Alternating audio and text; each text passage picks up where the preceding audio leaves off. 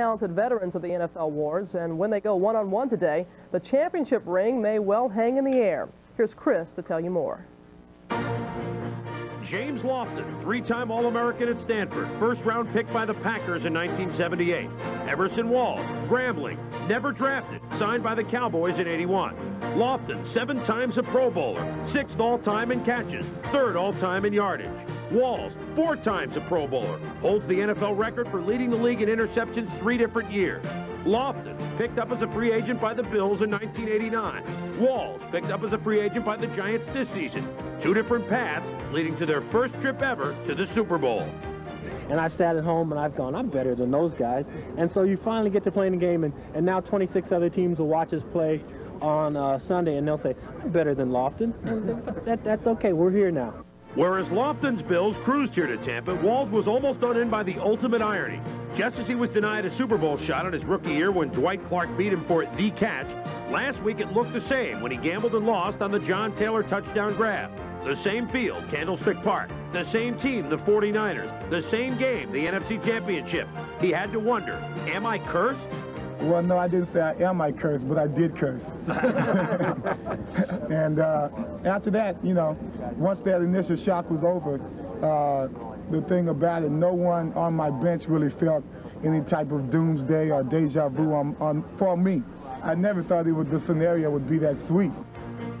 Isn't it amazing that no matter how long players of this caliber have been in the NFL, they can always remember their close encounters of the first kind?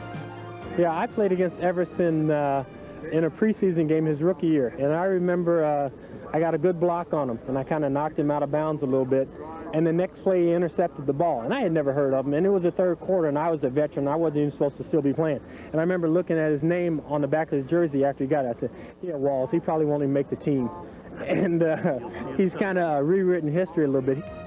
Sunday, perhaps either James Lofton or Everson Walls will rewrite football history a little. Looking for a new car? Before you walk through a dealer's door, dial 1-900-AUTOFAX. 1-900-AUTOFAX. May I help you? One call to 1-900-AUTOFAX will tell you all you need to know about pricing, Base prices.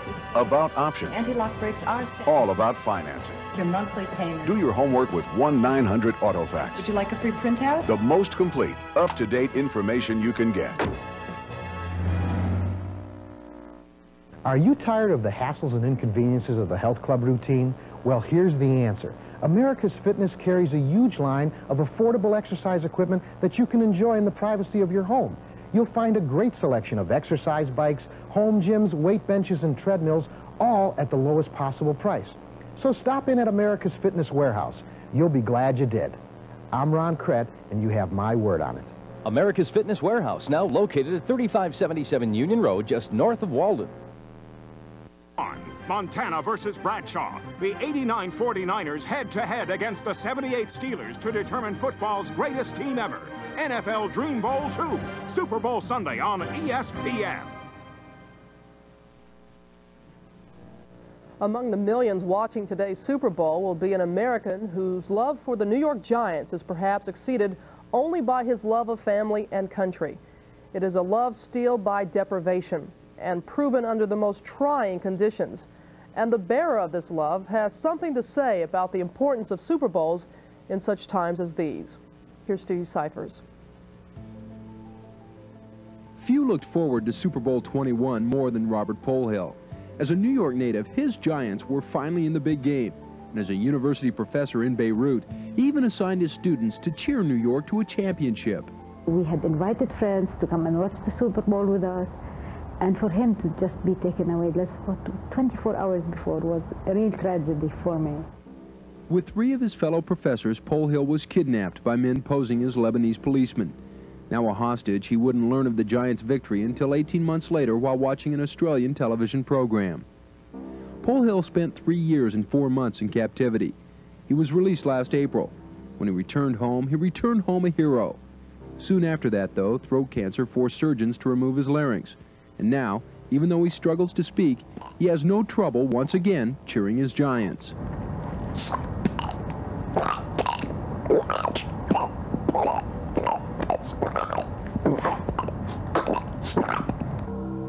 But there was talk of stopping the game given the war in the Persian Gulf. But in Pole Hill's mind, canceling Super Bowl 25 would be much worse than playing it.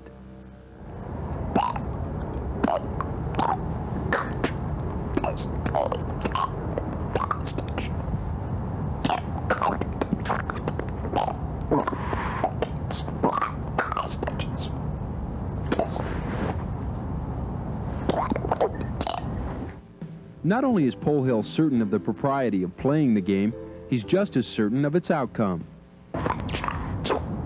We have a champagne bottle cooling in the refrigerator. That's when we're going to celebrate. We will celebrate the Giants' victory. Both of them?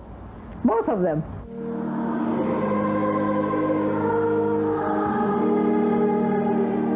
But for Robert and Ferial Pole Hill, Super Bowl 25 will be but a brief escape from the reality of life. Reality that two of the professors with whom he was kidnapped, Alan Steen and Jesse Jonathan Turner, are still hostages. This past Thursday, the No Greater Love Foundation sponsored a service commemorating the 4-year anniversary of the kidnappings. Time. The best things come to those who wait. Wait for what? For Alan or the others to be beaten again or get sick again. Another anniversary, another birthday, another birth, another death. There's not a day that goes by that you don't think of them, I would imagine. Terry Anderson, Thomas Sutherland. When the Giants and the Bills take the field for Super Bowl 25, 11 men will remain hostage in Beirut. Terry Waite. In Arlington, Virginia, Steve Cyphers, ESPN. And Jesse Turner. Gives us all a great deal to think about. Coming up next here on SportsCenter, Mike Lupica and Larry Felser will face off. Even though Robert Pohill knows who's going to win today's game, they can't seem to agree on who will win today's Super Bowl. But to help keep things in proper perspective, have a look at players who have loved ones at war in the Middle East.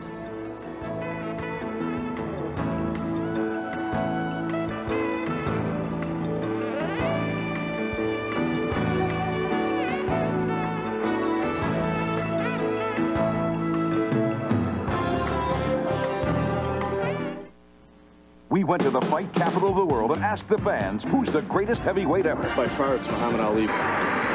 Ripping punches, Muhammad Ali. Who's the heavyweight champion of the world? Sports Illustrated presents Muhammad Ali, the video. It's free with your paid subscription to SI. It brought back memories, things I'd seen and hadn't seen. Palavino, God's former Joe Frazier. He float like a butterfly and sting like a bee. Foreman goes down like a tree struck by lightning. And the Muhammad Ali video is free. How can it be free? It's free when you subscribe to Sports Illustrated. Save over 50% off the cover price. Kind of like Muhammad Ali, it gives you everything. You'll get 23 issues, including the baseball preview and the swimsuit issue for 3 monthly installments of only $9.89. Or you can pay by credit card. This is Ali at his very best. People who never had seen Ali would love this tape. You can't walk away from this tape without being a Muhammad Ali fan. Hold it, you're not that pretty. Oh, my bad man. Call our toll-free number now and get knockout savings on Sports Illustrated and get the Muhammad Ali video free. I took up the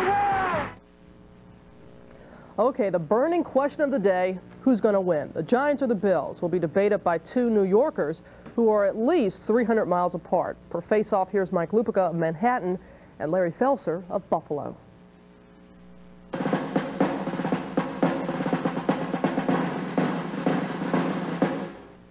The Buffalo Bills scored more points than any other team in the NFL.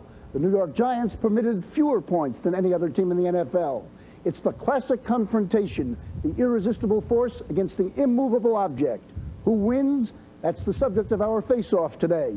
And the fact that one of our debaters, Mike Lupica, works out of New York, and the other, Larry Felser, works out of Buffalo, may give you a clue to their feelings. Larry Felser kicks off. Mike, I'm going to make an immediate concession. The Bills will not put up boxcar numbers against the Giants' defense. However, the Bills will not have to put up boxcar numbers against the Giant defense, because when the Giant offense breaks the huddle, there's Alex Webster and Tucker Frederickson. It's the no offense. Bills aren't even going to score 3 touchdowns today. I think this would be a great thing for upstate New York, Larry. I myself am from upstate New York. I was one of the lucky ones and was able to get out and move on to other things. The Bills have never played a defense as good as the Giants in a big game. And that is going to be the deciding factor, even though the no huddle all of a sudden is the most innovative thing since the forward pass. Mike, there's one thing I'm convinced of. If the Vegas betting parlors relocated in downtown Manhattan, the Giants would be a 4-touchdown favorite. The atmosphere in New York is so positive. Well, all of a sudden, the interesting thing that came out of last weekend's games is the only game that matters that was played in football all season is Bills 51, Raiders 3, as though that settled everything, even though it was against a team that hadn't been in the playoffs in 6 years. The Giants knock off one of the greatest teams in NFL history and one of the great championship games, and by Monday, that doesn't mean everything. The Bills are like a touchdown favorite. I just don't see the game going that way. I think it's going to be about 27-17 for the Giants. Well, all I can tell you is this. The Raiders, I have never seen a pro football game where a basketball timeout was called. I mean, the Raiders called a timeout on the Bills' 4th possession, and I thought they were going to go into a box and one, but that wouldn't have helped either. Everybody talks about the game in December at Giants Stadium. And that game was meaningful to the Bills, are still going for home field then. The Bills are absolutely the best team to come out of the Ivy League and make the Super Bowl in recent years. They're in against the varsity today. I see it again. Kelly versus Taylor. And after 10 years, I got to go with Taylor on that one. Mike, I get the distinct impression that you have the idea that the Bills' defense is loaded with interior decorators.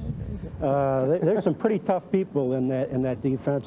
Conlon and Talley and Cornelius Bennett, as well as Bruce Smith, and I don't see the Giants scoring more than about 10 points.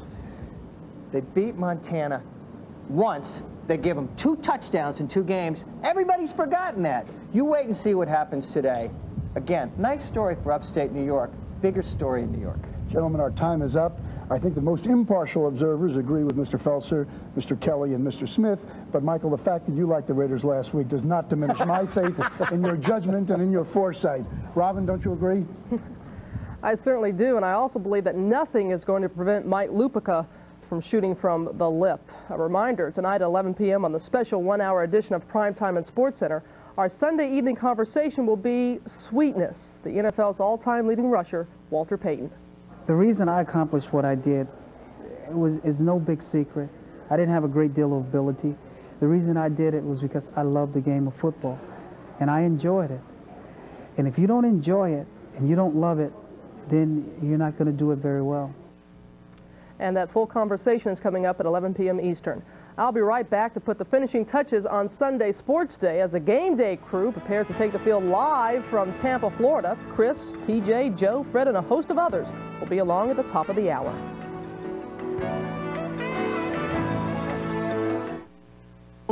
At BASF, we don't make the house, we make it warmer. We don't make the suit, we make it racier. We don't make the meal, we make it healthier. We don't make the music, we make it clearer. At BASF, we don't make a lot of the products you buy, we make a lot of the products you buy better. BASF, the spirit of innovation. All the way live from our home studio, it's Ricky and D with a new kind of steak for a new kind of cowboy. Take it, yo, yippee-yi, yo. McDonald's has something big cooking. A grilled steak sandwich with sauteed onions and mushrooms on a sourdough roll. Yo, man, the steak sauce is damn. Yeah, mighty fine dining. And mighty filling with McDonald's fries. But you better giddy on up before the grilled steak sandwich is gone. Word up. Always good food. Always good value. They played a thriller at the Dome. Now Connecticut wants revenge against Syracuse. Then surprising Iowa meets Illinois and UNLV faces Utah State. Big Monday, live on ESPN. Thanks for staying with us. In a matter of hours, we'll know who's #1 in the NFL. Already this morning, we know there's a new #1 men's tennis player in the world, Boris Becker. The West German took over the top spot by defeating Yvonne Lindell late last night in the finals of the Australian Open. It's the first time the 23-year-old Becker has been ranked #1 in the world. Lindell, with 2 Australian Open victories, started well against Becker, taking the first 5 games and ultimately winning the set 6-1 with almost arrogant ease. But Becker, rated 2nd in the world behind Stefan Edberg, would stretch himself to the limit. He suffered from back spasms early on, But as the match wore on, Becker's game sharpened, and so did his sights on the #1 spot that lay just beyond his grasp. Vintage Becker there lunging for the shot. It would be Becker's first Australian Open if he could finish Lindell off, and when he finally did, 1-6, 6-4, 6-4, 6-4. Boris Becker was running in place around the world. He ran off the court because he said he wanted to be by himself to relish all that hard work in being #1. Chris Berman and the gang are set to join you live from Tampa. Game Day is next here on ESPN. Enjoy your Super Bowl Sunday, everyone. On behalf of Dick Schaap and the entire Sunday Sports Day crew, thanks for sharing a portion of your Sunday morning with us. Continue to pray for peace. I'm Robin Roberts. Take care.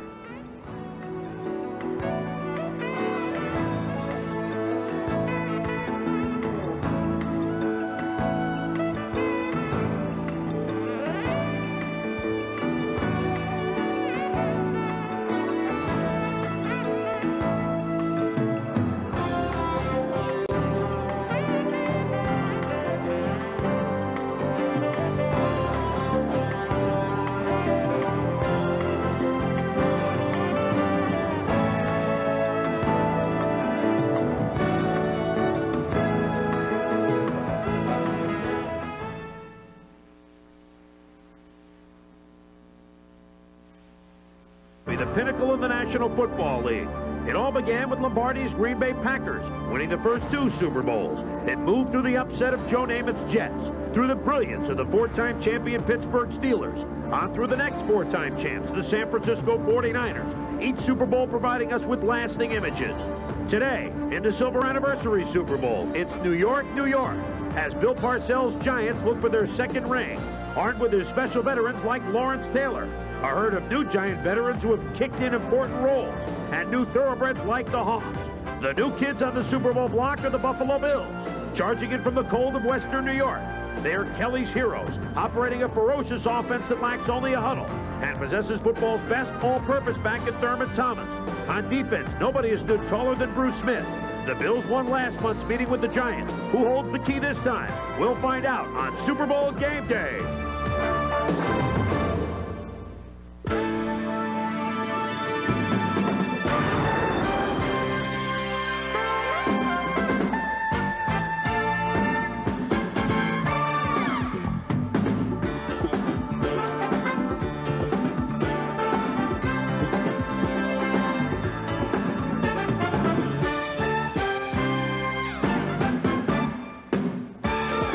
You're looking at Tampa Stadium, the place we like to call the Big Sombrero, the site of Super Bowl 25 between the Buffalo Bills and the New York Giants. You're looking at downtown Tampa from our perch on Harbor Island. And we've been all here all week, bringing you Sports Center, and today, for the next 90 minutes, your friends, our friends, namely us, will bring you ESPN's NFL Game Day. I know those guys. Hi, once again, everybody. I'm Chris Berman, and welcome to Harbor Island here in Tampa, Florida. For the next 90 minutes, we'll get you set for the Super Bowl, where New Yorkers will either sing a rendition of Frank Sinatra's New York, New York in honor of the Giants, or they'll belt out Foghat's Fool for the City and go with the smaller town Buffalo Bills. Joining us, as always, Tom Jackson, Joe Theismann, Fred Edelstein, Dan Patrick will be by shortly. Andrea Kramer is up at the stadium. A guest shot from Dick Schaap. Our good friend Preet Axthelm still not feeling well this week. He's not been with us. We know, Ax, we'll see you very soon. It's not the same without you here at the Super Bowl, and we look forward to seeing you. So, the game at Tampa Stadium doesn't begin for a tad over 6 hours, 6:18 local time to be exact. The latest local kickoff in the 25-year history of the Super Bowl. Both teams had crisp workouts this week, as you might expect, because of the lack of a normal off week between the title games and this one. In fact, it's only the 3rd time that's ever happened in the 25-year history of the Super Bowl. Happened before Super Bowl IV when the Chiefs beat the Minnesota Vikings. Happened before Super Bowl 17 when some guy named Theismann led the Redskins over the Miami Dolphins. The weather has been cool here this week for the most part. Forecast for the game, cloudy, 30% chance of showers or thunderstorms. Game time temperature estimated to be 66 degrees, but it doesn't feel like it's going to get that way right now. So actually very good football weather. The biggest news for the week concerning the teams this week, Buffalo coach Marv Levy's missing a photo day to better prepare his game plan. That doesn't exactly register very high on the Richter scale. The biggest news overall, obviously, the continued war in the Middle East and its effects here.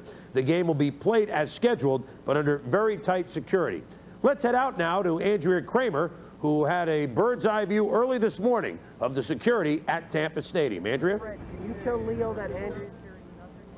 As you can see, we are outside of the stadium now. Usually on game day, we are reporting from inside the stadium, but this is one of the byproducts of the increased security. Right now, the only people inside are the game operations staff and ABC Sports preparing for the telecast. Now, this was the scene when we arrived this morning at about 9 a.m. Every vehicle within 200 feet of the stadium is completely searched. They look through our equipment, they look through every single bag that we have, and even when the mayor arrives, her car will be searched in the same exact way. There's a feeling of cooperation and patience between everybody involved with these security measures. There are really very few surprises. It's been so well publicized. So the game plan for Super Bowl 25 is not just limited to the X's and O's drawn up by the Bills and the Giants. There will be a large, well-rehearsed team in place at Tampa Stadium, and it isn't just the Bills or the Giants, but rather the security forces designed to safeguard the Super Bowl event while trying not to convey undue alarm to fans or turn the stadium into an armed camp. All week long, there has been a 6-foot-high chain-link fence around the stadium, as well as concrete traffic barriers. Today, there will be over 500 law enforcement officers with total security personnel in excess of 2,000. Players, be prepared to take out any keys, change, any other metal things that you might have in your pockets. We are using metal detectors. More than 100 metal detectors will be used to frisk fans at each of the stadium's 68 entrances. And while the skies could be cloudy by game time, they will be clear of blimps and most air traffic, as the FAA granted restrictions of a half-mile radius and up to 5,000 feet from noon to midnight. But there's more to the security business than what meets the eye. We've made some additional changes just today and some new security measures. They're covert as opposed to overt. In other words, you won't see them and the public won't see them, but there are some additional measures that have been taken as late as this morning. So things are continuing to change as we see maybe a weak point here, or maybe just something that was overlooked earlier. We're still making changes. You know, there might be even measures that aren't even taking place at the stadium. They could be occurring somewhere else. Somewhere away from the stadium will be stationed the FBI anti-terrorist SWAT team, which had a special training session in the Tampa area last week to prepare for what officials term any eventuality.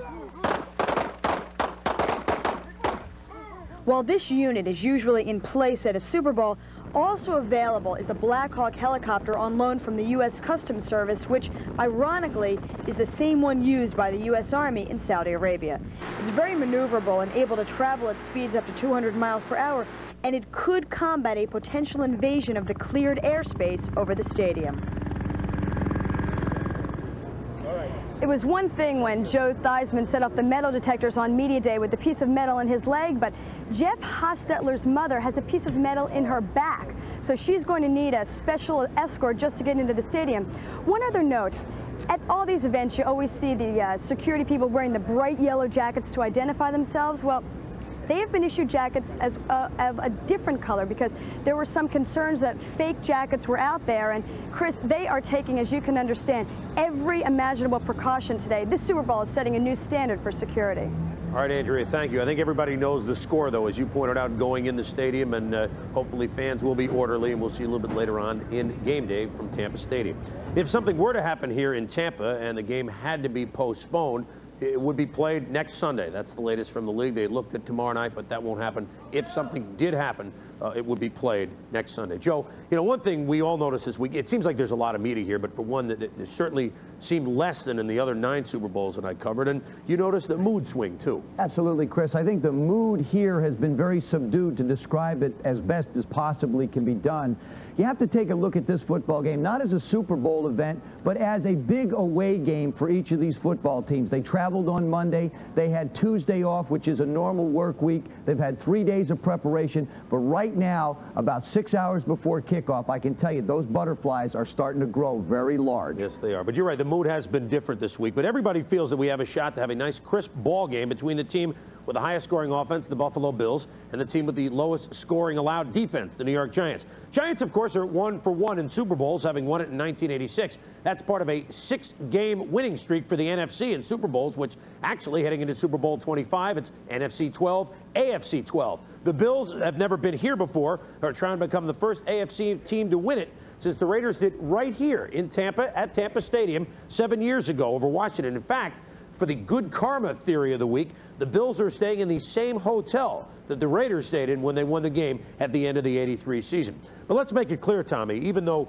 a lot of the Giants have Super Bowl rings from 4 years ago, more than half of the team is new. They've been rebuilt, and they've been rebuilt in Bill Parcells' ways, adding veterans, right? The Bill way. You know, one of the keys to coaching success is the ability to recognize talent. Bill Parcells has taken that one step further. He recognizes talent that's supposedly used up. They came from many varied locations, places where they were established players. Phoenix, Chicago, Cleveland, Indianapolis, and 2 from Dallas. For one reason or another, they were phased out by their previous teams and sent packing to New York. There, Bill Parcells was waiting with open arms. He took this seasoned group of cast-offs and retooled a very good team into conference champions. Well, first I'm looking for a guy that can play some role that I feel I need. And then I'm looking for, if I can find out, which I can't always find out, you know, what kind of guy is this guy? We call ourselves the old Raiders in the sense that, you know, Al Davis used to get a lot of rejects and they won, and Bill does the same thing. You know, he gets players in, but he not only gets good players, he gets good people. And like the Raiders, the Giants are a team of character and fortitude. These traits were never more evident than last Sunday in San Francisco when Otis Anderson made the tough yards and Matt Barr calmly and coolly kicked the Giants back into the Super Bowl. I think with all of us, it's just you're given an opportunity to play. You're given another chance in your career, and you want to make the best of it. You laugh at the Cardinals now? Do I laugh at the Cardinals, or do I roll on the ground and flip over and just kiss the ground and say, God, thank you very much for the beginning, but love you so much for the ending? Sure, and I don't laugh at the Cardinals per se, but you know, you gotta look at it and say, Gene Stall, as bad as I thought you were, and you know, you knew what you were doing. Their careers have been given a second chance. To a man, they feel like they have something to prove to those who cast them aside. Only Matt Barr, Dave Duerson, and Otis Anderson have been to the Super Bowl.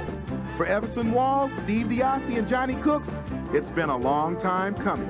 You know, this is a dream come true. You know, I want to thank Mr. Irsay and Jimmy and Ron Myers for sending me here. I guess the best revenge is simply ending up in the World Championship game. And, you know, things have gone extremely well for me this year. And actually, this is the most fun I've had in my career. When you got a guy like myself who's always trying to buck the odds, you know, I'm always looking forward to proving them wrong, and I'm not the only one. I mean, those guys are on the same boat that I'm in. For them to think that myself and Walls weren't good enough to play for their organization, then to come here and contribute so much to a team going to the Super Bowl, and it makes you feel good about it. It confirms what you might have believed all along. The great motivator for any player who's been let go by a ball club is not only to play well, but to play well in big games. Today, the ultimate proving ground for the Giants cast-offs. We have plenty to come in this next 90 minutes. We're so excited. We can't wait to tell you about it. The relationship between Bill Parcells and LT. How do you stop the Bills' no-huddle offense? Thurman Thomas, the best all-purpose back in the National Football League. Magic moments through the years in Super Bowl history, including when we return the coach who won the first 2, Vince Lombardi. But first, for the Giants, it began back in July at the Madison, New Jersey campus of Fairleigh Dickinson. They won all 4 preseason games and their first 10 regular season games. Let's just say that the Giants came out of the gates on a roll. The initial Giant step came on the opening Sunday night of the season, when at home a pair of Phil Simms TD passes sandwiched around a scintillating punt return by Dave Meggett helped beat back an old nemesis, Buddy Ryan's Eagles 27-20. Week 6 in Washington, the Giants' overlooked passing game was big. Phil Simms, DeMarc Bavaro, and Maurice Carthon on big gainers to set up scores. Giants win 24-20. 2 weeks later, the rematch. It was defense that put away the Skins. They amassed only 213 yards. Everson Walls had a pair of picks, including his first ever touchdown. 21-10 New York. The Giants were 7-0 and basically clinched the NFC East even in October. The 2 Washington Redskins ball games, I think 2 in 3 weeks, and we walked away from those in real good fashion. That really put a gap between us and the other teams in our division. The undefeated dream ended after 10 straight wins. Randall Cunningham and the Eagles flew high, 31-13 in Philadelphia in Week 12. Week 13, also unlucky for the Giants. The most watched Monday night game in history between the 10-1 Giants and Niners became the season's lowest scoring game, 7-3 San Francisco. The Giants defense allowed a mere 240 yards, but they lost after 4 passes into the end zone from the 9 were incomplete, and Simms was sacked on the final play of the game. Week 15, the Giants lost again, this time to the Bills 17-13. Simms was lost for the season with a foot injury. But since then, Jeff Hostetler, his starter, has gone 4-0, including a pair in the playoffs. First, 31-3 over the Bears. The Hoss with a pair of scores and 43 yards rushing. Defense made 2 marvelous goal line stands. The Bears had no first downs rushing. Title game, again defense. It shackled the high-flying 49ers, allowing only a touchdown again. 3 proud veterans came to the forefront. Leonard Marshall knocked Montana from the game. LT snared Roger Craig's fumble. Matt Barr kicked his 5th field goal at the gun. A seeing-eye 42-yarder. The Giants were going to Tampa. Bring on the Bills.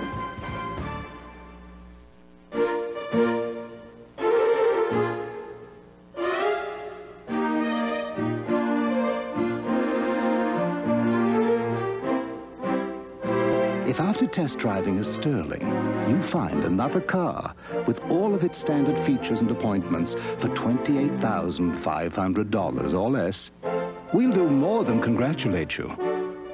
We'll buy it for you.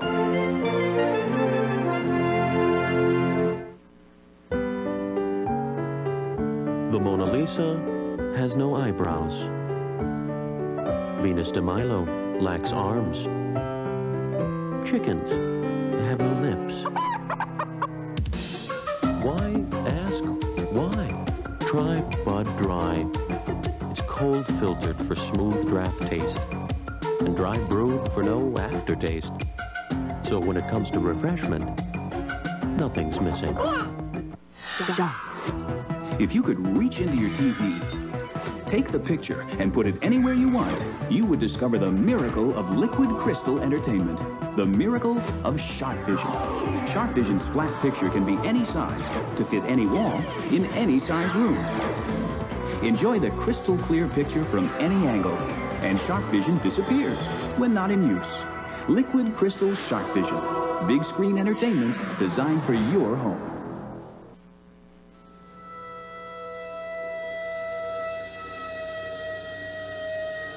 There's a new kind of cowboy out there. And that's why McDonald's is grilling up a whole new kind of steak, topped with onions, mushrooms, and a hearty steak sauce on a sourdough roll with a side of fries. And right now, it's a great McDonald's value you can't pass up. McDonald's new grilled steak sandwich. A new kind of steak for a new kind of cowboy.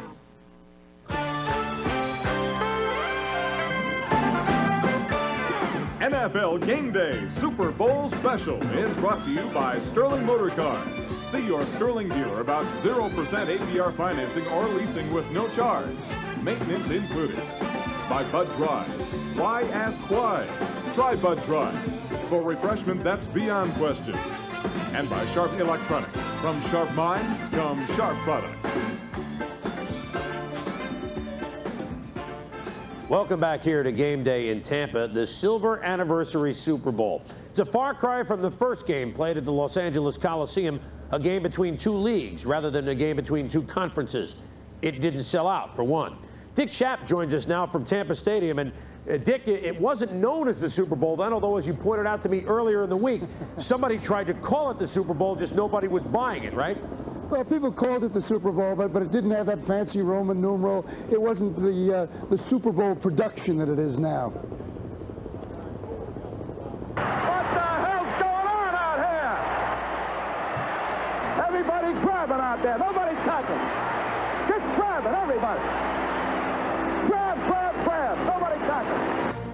They hated him at first, the Green Bay Packers he inherited, and they feared him. They couldn't understand why he drove them so hard, why he demanded so much of them.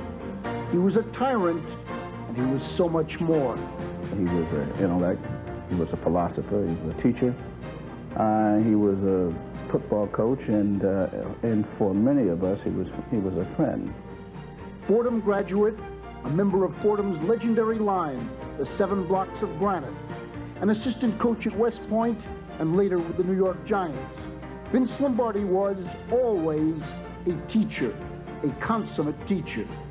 If you look at this play, what we're trying to get is a seal here and a seal here, and try to run this play in the alley. He taught basics.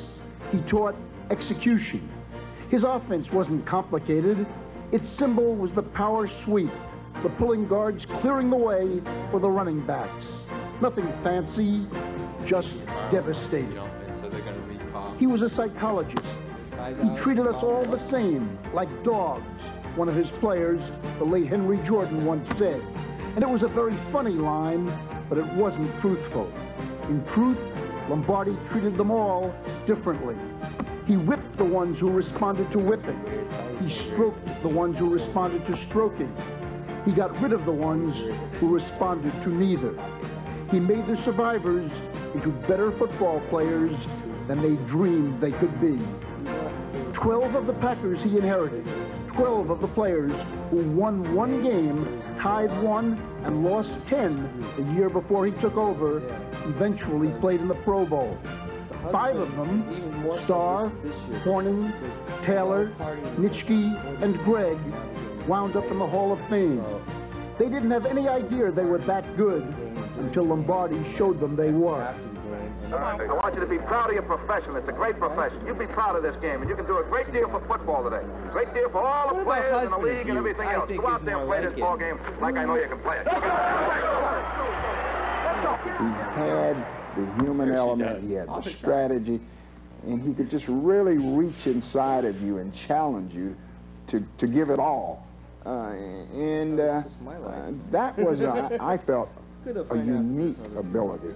He took the unsung and the unknown, and he made them famous, made them stars, made them winners. And he performed an even greater miracle. He made them love him. When Vince Lombardi died too young of cancer more than 20 years ago, less than 4 years after the first Super Bowl, his players helped carry his casket. They lifted him just as he had lifted them. Several years later, one of his players, Jerry Kramer, asked one of the others, Herb Adderley, whether he thought of Lombardi often. And Adderley responded, "I think of him every day. And I love my father, who is also deceased, but I don't think of my father every day." Chris? All right, Dick, thank you. Thanks for joining us here on Game Day. Vince Lombardi, a name certainly always spoken with reverence, which is really a reason why, I mean, you can't really think of saying the word Vince Lombardi without the late John Facenda's Vince Lombardi. When we return, we're a full 90 minutes here on Game Day. We will look back at all the Super Bowls. We'll give you the keys to both teams winning today and visits with today's main men, like Jim Kelly, like Lawrence Taylor. First, for the Buffalo Bills, it began in July at Fredonia College in Western New York. The Bills actually went 0-4 this preseason, which gives us this interesting note. They are only the second team from 1980 to 1990. 18 teams went 0-4 in the preseason. They're only the second team to make it to the playoffs. The first team, the 1982 Redskins, who ended up winning the Super Bowl in a Super Bowl that did not have an off week. Maybe that's a good omen for the Bills and for you Rod Sterling fans. It's the Twilight Zone. So, unlike the Giants, the Bills began slowly. The Bills' march to Super Bowl 25 actually began on a downer. Week 2, they were embarrassed 30-7 at Miami. It was either another season of the bickering Bills or time for a wake-up call. Hey, we got our butts whipped, but we're too good of a football team to let something like that happen to us. We have to do the things that we're able and capable of doing, and that's what really got us back on the winning track. Their next 2 home games, wildness. Week 4 against Denver. Nate Odoms blocks the field goal. It turns into a Cornelius Bennett touchdown. Leonard Smith, an interception return for a touchdown. Bennett recovers a fumble, leads to a touchdown. 20 points in a minute 17, 29-28 Bills. Then, Week 5 on Nitro against the Raiders, down 10 in the 4th. Steve Tasker blocks a punt. J.D. Williams scoops it up for the score. Later, it's Odoms who strips Willie Gault of the football. He scampers in for the TD. 38-24 Bills. Week 13, home against the Eagles. No huddle here to stay. The Bills race to a 24-0 first quarter lead. Second play of the game, Jim Kelly to James Lofton. Touchdown. Then it was Kelly to Andre Reed. Touchdown. The Eagles mounted an impressive comeback, but Buffalo held on for an important 30-23 win. Week 15 at the Meadowlands, Kelly left with a knee injury in the second quarter. It was the defense that had to ride. It did so, allowing only a second-half field goal, 17-13 Buffalo. Week 16 in a frenzied Rich Stadium. The Bills clinched home field advantage through the playoffs as Frank Lloyd Wright was the architect of a 24-14 win over Miami. He threw 2 touchdowns, watched as Thurman Thomas ran for 154 yards in a score, and when the gun went off, the goalposts were gone. 3 weeks later, goalposts back, Dolphins back. Oh, baby, Jim Kelly was back in the playoffs. The highest-scoring non-overtime playoff game in NFL history. Bills beat the Dolphins 44-34. Kelly had 3 touchdowns, 339 yards. Lofton, Reed, and Thomas 100-yard days. In the title game, the Bills devastated the Raiders 51-3, a game that was really over just 12 minutes in, when Darryl Talley's interception made it 21-3. The offense could do no wrong. 300 yards passing by Kelly. Thomas had a combined 199 yards. Bring on the Giants. The kick is up. It's long enough. It's good! Kids, grown-ups, now enjoy the great outdoors or winter sports while wearing your favorite NFL team's Game Face. The Game Face is an officially licensed product of the NFL and is manufactured in North America, and we've got them. 19 colorful Game Faces, all machine washable, and one size fits all. So whether you're rooting for the Bills, Giants, Bears, 49ers, or just plain shoveling snow, wear a Game Face to keep you cozy and warm. Get your credit card ready and call toll-free 1-800-268-0087 or send check or money order for $16.95 plus $4 for shipping and handling to Howell Marketing, 117 West Chippewa Street, Buffalo, New York, 14202. Or call toll-free 1-800-268-0087.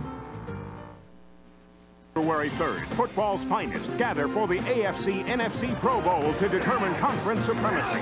It's the grand finale of the NFL season, live February 3rd on ESPN Sunday Night NFL.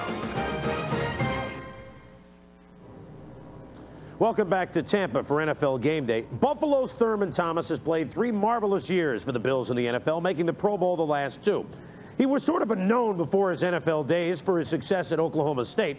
But we here at ESPN, and those of you who watch our annual draft coverage, got to know Thurman very well back in April 1988.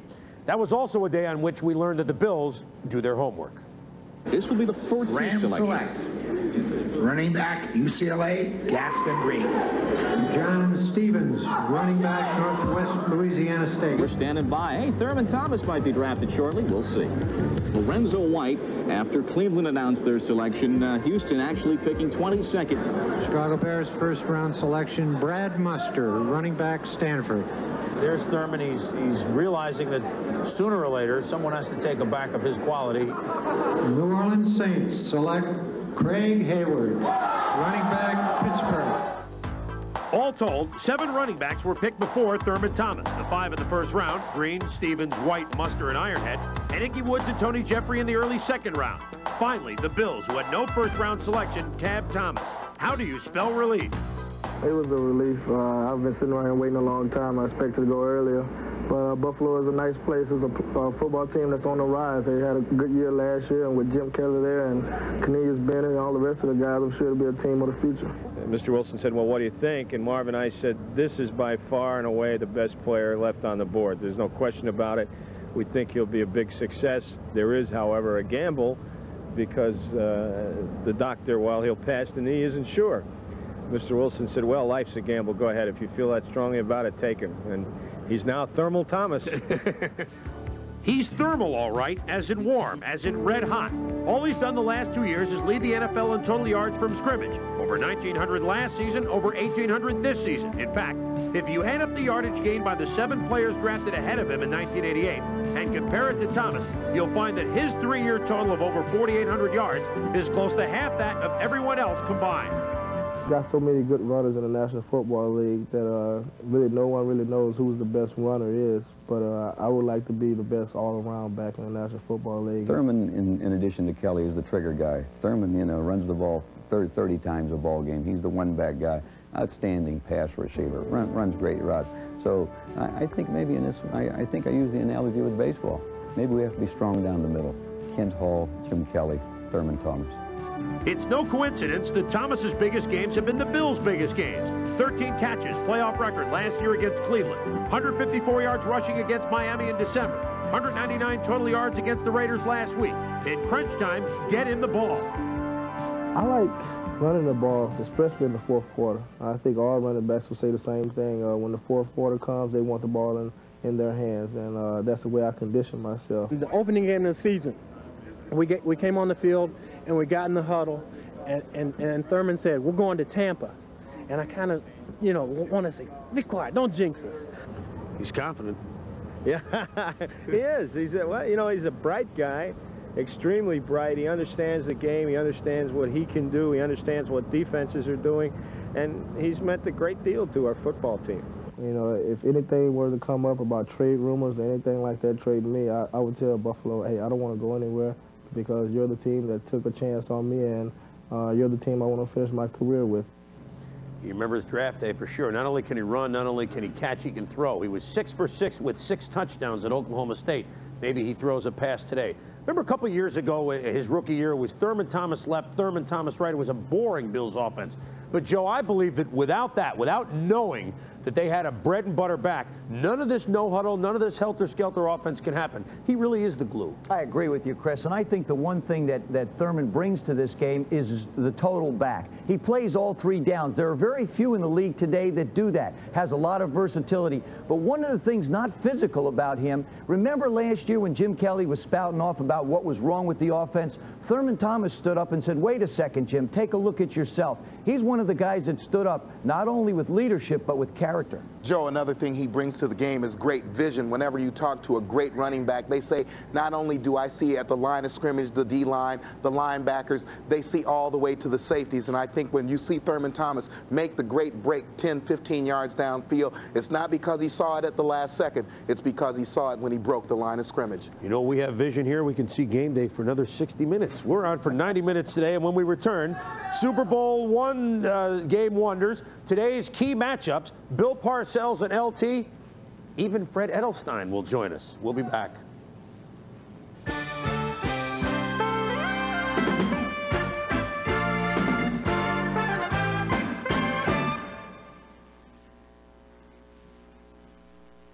Today, more people than ever are getting a kick out of this hot shot. Interstate batteries hit the road fast with all the cranking power and reserve energy you need for even the worst curves in the weather. And Interstate has twice as many dealers than any other battery company in America, so you're never left stranded.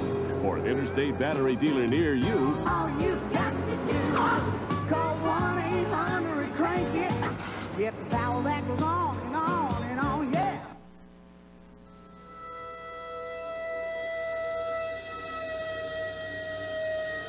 There's a new kind of cowboy out there. And that's why McDonald's is grilling up a whole new kind of steak, topped with onions, mushrooms, and a hearty steak sauce on a sourdough roll with a side of fries. And right now, it's a great McDonald's value you can't pass up. McDonald's new grilled steak sandwich.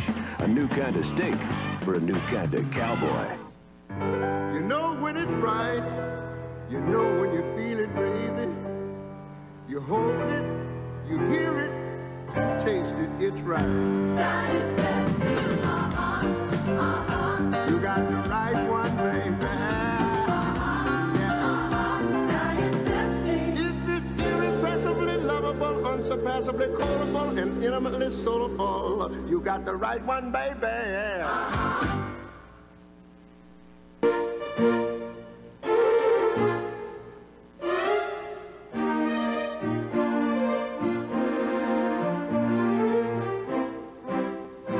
If after test driving a Sterling, you find another car with all of its standard features and appointments for $28,500 or less, we'll do more than congratulate you. We'll buy it for you.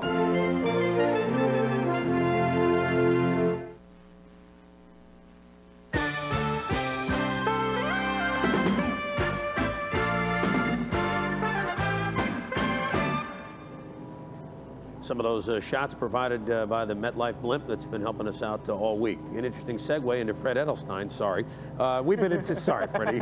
We're good friends. We've been in Tampa all week, and obviously people are talking about a lot of things, and the local fans are wondering about the Buccaneers. Who will be the next Bucs coach? Now, you tell me it still could be Bill Walsh? Very definitely, Chris. Bill Walsh is still very much alive in the Bucs situation. His agent, Steve Kay, has been talking to the Bucs, and he's been in constant touch with front office boss Phil Kruger, who is also a friend. Now, Walsh and Culverhouse, Hugh Culverhouse, the owner of the Bucs, had a brief phone conversation earlier this week, and they will meet sometime in the coming week. Now, I can tell you that a lot of assistant coaches around the NFL are hanging loose on this situation because they hope to join Walsh if he comes here to Tampa Bay. Now, speaking of the 49ers, they were devastated after last week's tough loss, second loss to the Giants. What do you hear new with them? Well, they're in a very nasty mood in light of what happened to them, and you're going to see significant changes next year. They're looking for an every down back because there are real doubts that Roger Craig can do it anymore, and they will revamp their defensive backfield and their offensive line. Well, they always go Plan B shopping, and the shopping season begins on February 1st, within a week. Who might the 49ers be looking for? Well, I hear the two big-name offensive linemen may be left unprotected. Washington's Mark May and a starter in Super Bowl today, Giants center Bardos. All right, speaking of the Giants, that'd be interesting. Speaking of the Giants, question about Bill Parcells. Now, he does have 1 year to go on his contract after this, but there's been some talk that, and you've said it, that maybe Parcells might be leaving the Giants. What's the latest? I can tell you there is serious concern in the Giants organization that Parcells will leave. He's been talking about it for a long time. Right now, I don't think he knows what he wants to do. I think he's going to make his decision in the next couple of days. Freddie, do you think Parcells would leave over just money? No, I don't think it's going to be money because the Giants would pay him money. What Bill Parcells has to do is make a decision on what he wants to do for the rest of his career. Does he want to work for Giants general manager George Young forever, or does he want to run his own show? If he decides that he wants to run his own show, then he'll probably leave now. Now, for those of you who say, well, this can't be, I would caution you to remember that Bill Parcells is the same guy who secretly accepted the Falcons job before Super Bowl 21, which caused a major mess with the Giants when they blocked the move in the days after the Super Bowl. All right, well, we're jumping the gun here a little bit, but if he leaves, then who might coach the Giants?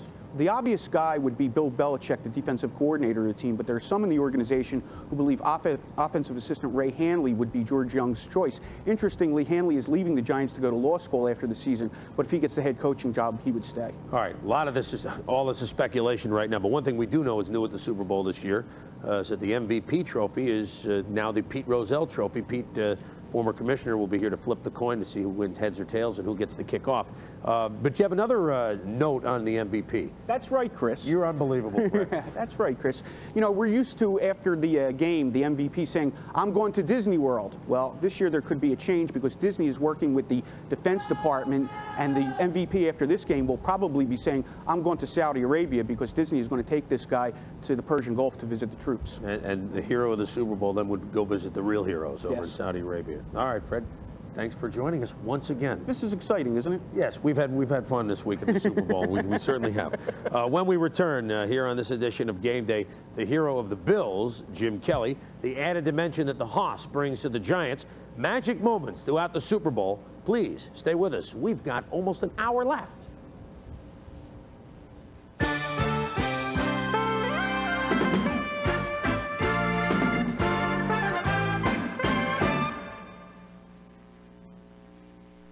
Ford profiles in quality, customer satisfaction. Today we realize that quality's got to be #1. I said that back in '82, and today it's truer than ever. The looks attracted me, but the performance sold me. After 2 years, it still shines like new.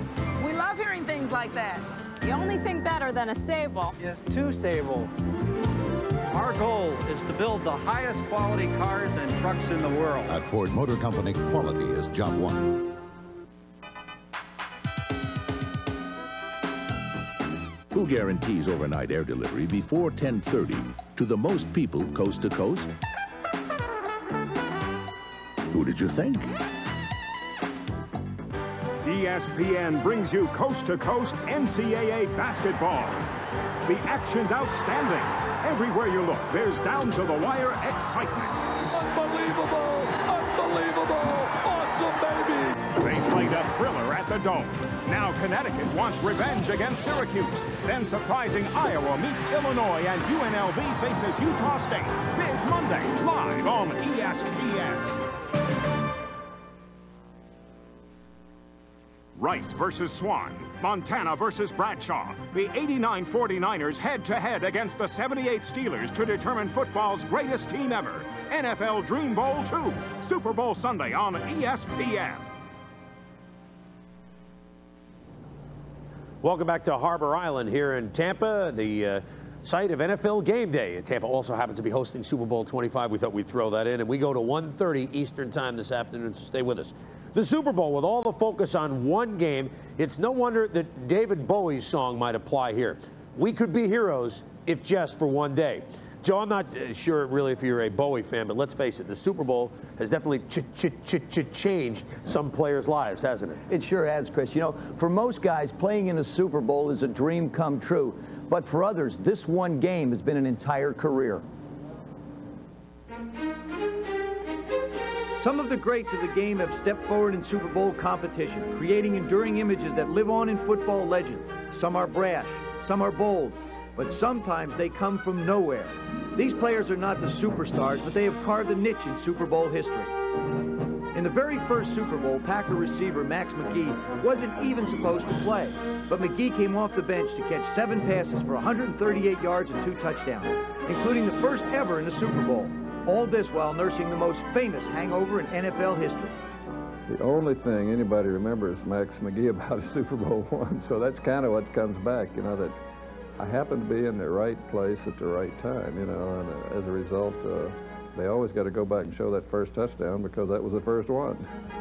Quarterback Doug Williams played 9 years of professional football without reaching the big game, but after winning the Redskins' starting job late in the 1987 season, he found himself the MVP of Super Bowl 22. He threw for a record 340 yards and 4 touchdowns as the Redskins demolished the Broncos 42-10. In the same game, Williams' teammate Timmy Smith became a player who gained glory for one brief and shining moment. NFL history will record that his career was undistinguished. But on that day, in January of 1988, Timmy Smith ran for 2 TDs and a Super Bowl record 204 yards. 4 years earlier in Super Bowl 18, a little-known Raider linebacker not only stepped into history, he stepped into my way. If you could roll the tape, I'll show you how the play started. You can see Lyle's giving a hard inside rush here, outside rush rather. I'm coming from the outside. I see Washington. I make a break on the ball, and right there, everything's happening so fast that nothing's really going through my mind, just elated, walking on cloud 9. The Raiders beat the Redskins 38-9, and Jack Squire became a Sports Illustrated cover boy. Thanks, Joe. For some players, their moment in the sun may last for a single play. Such was the case for Dallas wide receiver Percy Howard. He caught only 1 pass in his entire career. This touchdown against the Steelers in Super Bowl 10. Every kid dreams of winning the big game as the clock runs out. In 24 Super Bowls, it's only happened once. In Super Bowl 5, Jim O'Brien kicked the Colts to victory over the Cowboys 16-13 with just 5 seconds remaining. His career would be over 4 years later, and his only notoriety would be a single moment in Super Bowl history. It was like I was almost blind, deaf, and dumb. All I saw was the ball. I don't even remember seeing Earl Morrow hold it. I don't remember seeing the ground. I don't remember hearing any noise. And I just put my body on automatic and kicked it, and I was lucky enough, or as some people would say, or I was skilled enough, as others would say, to make it, and the rest is history. It really does change a lot of folks' life. Thanks, Joe. As Squire said, I mean, when you got off the plane in Tampa this week, you had to have that sickening feeling of the last game you played here, right? Chris, I want to tell you, it's like it was yesterday. I remember that moment. I remember standing on the sidelines talking to Joe Gibbs, and he said, I want you to run the rocket screen. I said, Coach, there's only 12 seconds to go and a half. I want you to run it. I started to walk out onto the field. I turned around. I said, you want me to run that? He said, run it. I walked out. I said, I don't like the sound of this thing. I put the ball in the air, and I went, oh, no. And then about a year later, I saw Coach Gibbs, and I said, you know, Joe, that was a terrible call. And he said, I know, Joe, but it was a horrible pass as well. He was right. Sounds like we have a mutual admiration siding with you and Joe. Chris, just as this game can make a player, it can also ruin or at least put a damper on a player's career. As an example, Jackie Smith had an outstanding career with the Cardinals and then the Cowboys as a tight end. But what people remember him for, Super Bowl 13, the drop pass in the end zone. Yep, it's true. Well, maybe we'll only remember good things from today's game. Plenty around the bend here on this edition of Game Day. Jim Kelly, Bill Parcells, and LT. How America spends Super Bowl Sunday. But first, if you want to know how good the Bills or Giants have to be to get in the Super Bowl record books, here's a sampling.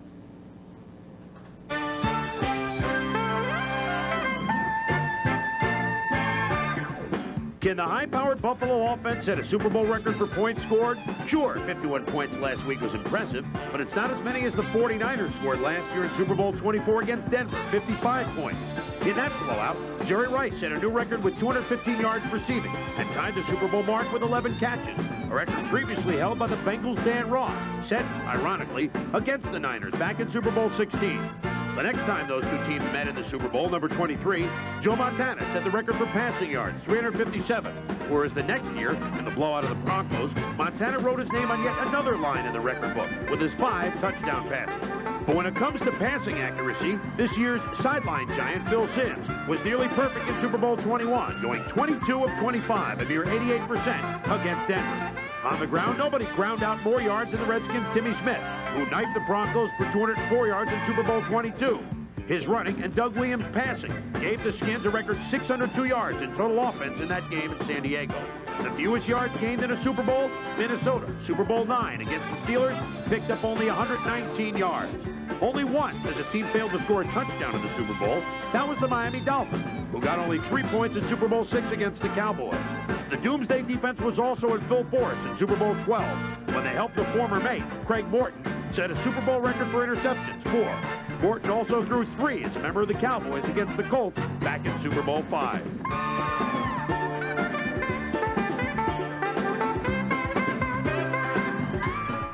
We went to the fight capital of the world and asked the fans, who's the greatest heavyweight ever? By far, it's Muhammad Ali. Ripping punches, Muhammad Ali. The challenger goes down again. Muhammad Ali. Who's the heavyweight champion of the world? Sports Illustrated presents Muhammad Ali, the video. See his pro debut, his fights with Liston, Foreman, Frazier, Spinks, and more. And the video is free with your paid subscription to SI. Get it and find out who the greatest of all time is. A short, jolting right to the jaw, and Liston goes down.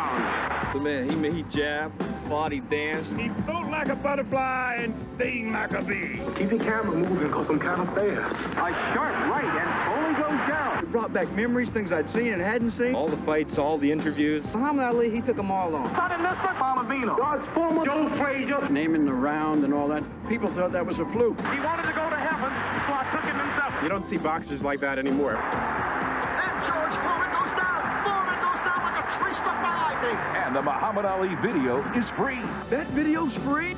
Can't be. How can it be free? It's free when you subscribe to Sports Illustrated. Save over 50% off the cover price.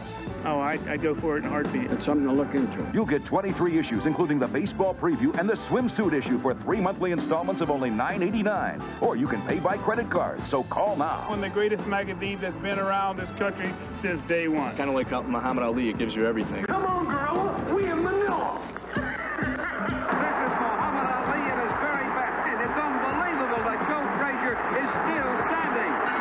You relived great memories of the greatest champion ever. To view the legend in the tape was fantastic. People who never had seen Ali would love this tape. Yes, I recommend it for anybody. You can't walk away from this tape without being a Muhammad Ali fan. I'm the king of the world! Hold it, you're not that pretty. I'm a bad man! Call our toll-free number now and get knockout savings on Sports Illustrated and get the Muhammad Ali video free. I shook up the world! I shook up the world!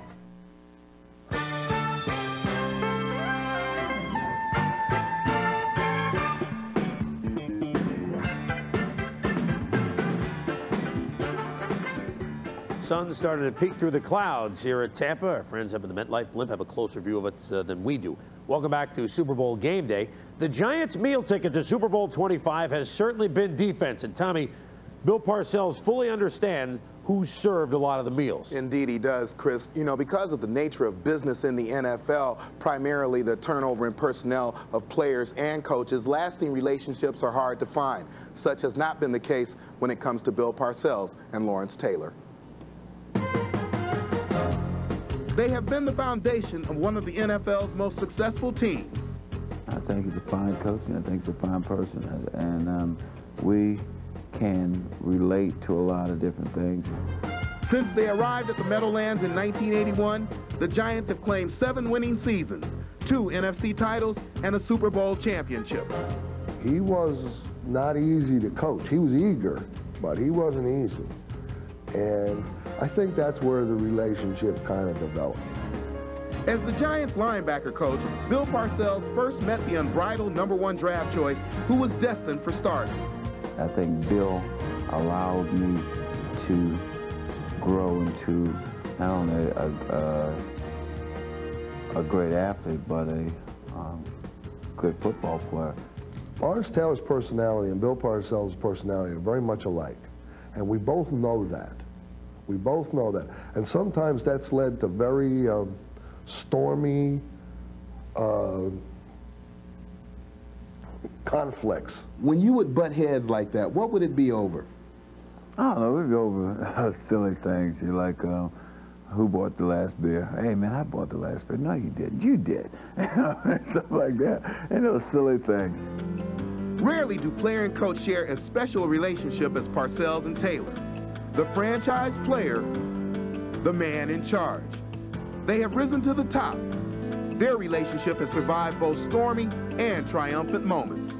I think we're both a little stubborn, and we're both determined to get what we want done, and we're a lot alike in that respect. We both can be emotional at times. We both have our own way of doing things, and I think both of us have very strong personalities, and so when you put them together, we can't be fighting each other every day, so just want to be friends. Together, they've seen a new and younger Giants team return to the Super Bowl. Both have grown a little older and a little wiser. Both have also begun to seriously contemplate the end of their careers. I feel like, you know, I've seen all these players grow up into athletes and stuff like that, and football players, and being one of the older statesmen of the team, I feel like a guy has something to do with this, and these are my boys, and the most important thing, hell, I'll be going to Disney World. Have you thought about what you're going to do after this? Not yet. I will, though, and it's not an easy business now. I mean, it's right now, even this week, which should be the ultimate for, I can't say I'm having a lot of fun. Do you love this job? I love the game. I love the game. No, I don't love the job. I love the game, though. I'm sure that Coach Parcells and LT have had more serious disagreements than who's going to buy the next beer. But Coach Bill told me this week that the one place they don't disagree is on the field on Sunday afternoons. Tommy, it's very interesting when you see a coach and a linebacker have that kind of relationship. The more publicized relationships like that are Montana and Walsh, Marino and Shula, Theismann and Gibbs. But to see a linebacker and a coach have that really tells you where his place is on that football team. You know, speaking of quarterbacks, Parcells may not have the same relationship with Jeff Hostetler that he has with Lawrence Taylor, but for a 3-hour span later on this evening, I think it's going to be a pretty important one. It really is, Chris. You know, he was a jack of all trades and really the master of none. Now he's become the master of one. Jeff Hostetler really knows where his place is on this football team, and he has no false pretenses about it. The last time the Giants were in the Super Bowl, he was an outsider looking in. To get noticed, he would have to block a punt or run for a pass. Today, after 7 years, Jeff Hostetler becomes the center of attention. It's the biggest game of my career. It's a Super Bowl. It's something that you shoot for, and I just haven't let the hype really get to me. You know, I'm really just trying to concentrate on you know, Buffalo Bills and making sure that mentally I'm prepared so that I can go out there and not make any mistakes mentally and just go out and try to perform. Hostetler has learned many lessons during his career, but perhaps the most important, the value of persistence. This was the first chance that opened itself up, and you know, it's a shame that it has to come that way, but you know, as a player, you know, you got to take it when the ball comes your way and run with it, and you know, basically that's what I'm trying to do. Now, Hostetler not only has to crack the Buffalo defense, but he also has to control his dreams of being a hero and earning his own Super Bowl ring. You know, I want to do everything I can to get that thing, and you know, when the time comes, and if we do get it, it'll have a special meaning.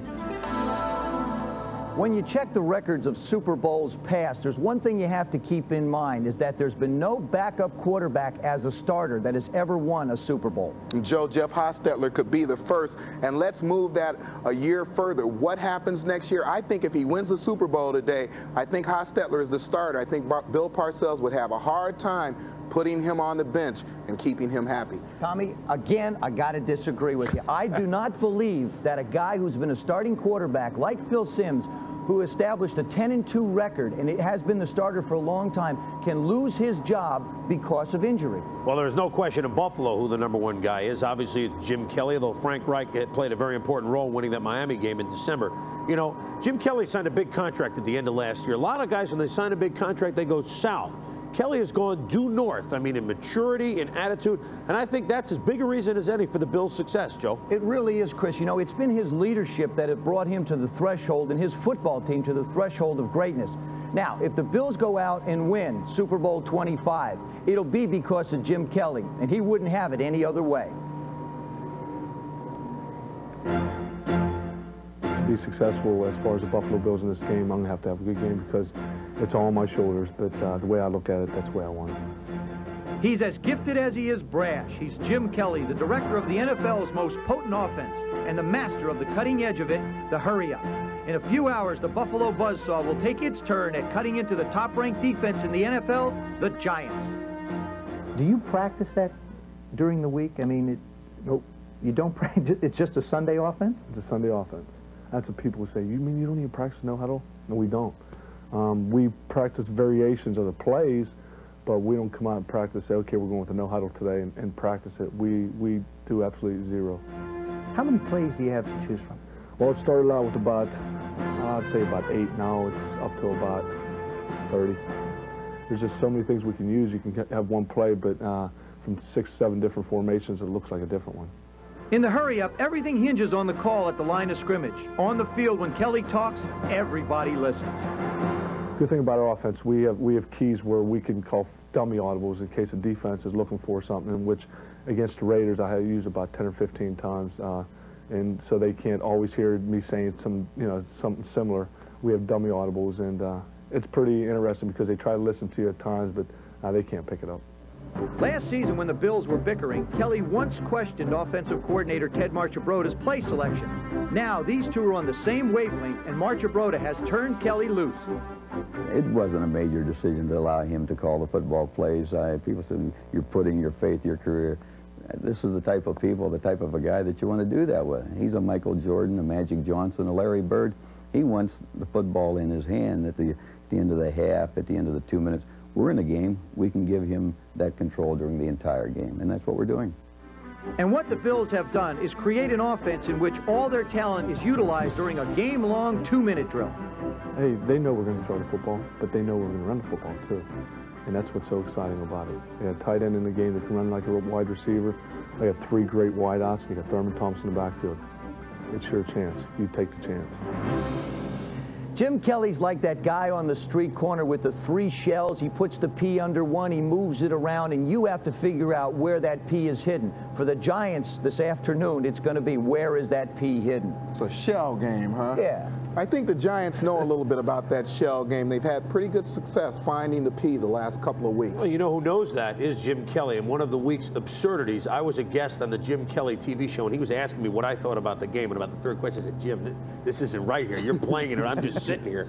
But at any rate, one of the things that he said was, we know that maybe the first few series that we don't go anywhere against the Giants. They have the best defense. The Bills have gone, they've scored on 5 of their 7 first-half possessions in the playoffs, wins over Miami and the Raiders. He said, we've got to stay within ourselves and know that eventually we're going to break through. Not to panic, not to get out of that game plan if the Giants know which shell the pea is under. So Kelly is prepared not to score 40 or 50 points. So that may be one key to the Bills winning today. There are many from both sides of the ball, and we have our locksmiths Tom and Joe, to unlock those doors as we continue on our Super Bowl game day coverage here at Tampa. We'll also look back at some magical moments from the Super Bowl's first 24 years, and of course, our fearless predictions. Stay with us, please.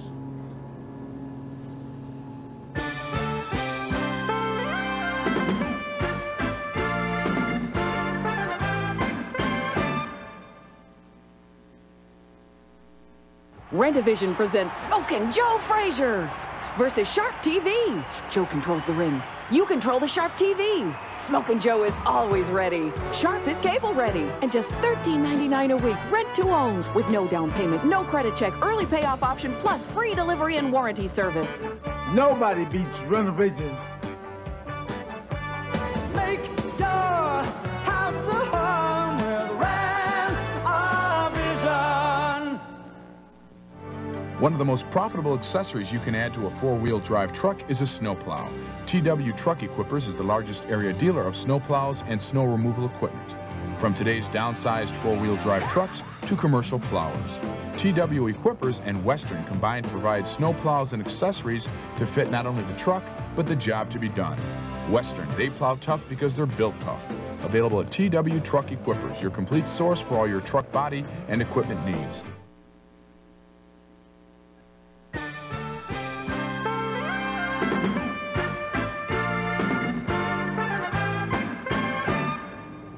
The big sombrero, Tampa Stadium. Kickoff a little more than 5 hours away between the Bills and the Giants. When you were growing up, didn't you hate at all the holidays and all your aunts and uncles and all the grandparents said, my, how you've grown? I don't think the NFL hates it when you say about the Super Bowl, my, how you've grown. Andrea Kramer back out at the stadium. And Andrea, certainly what a difference 25 years makes.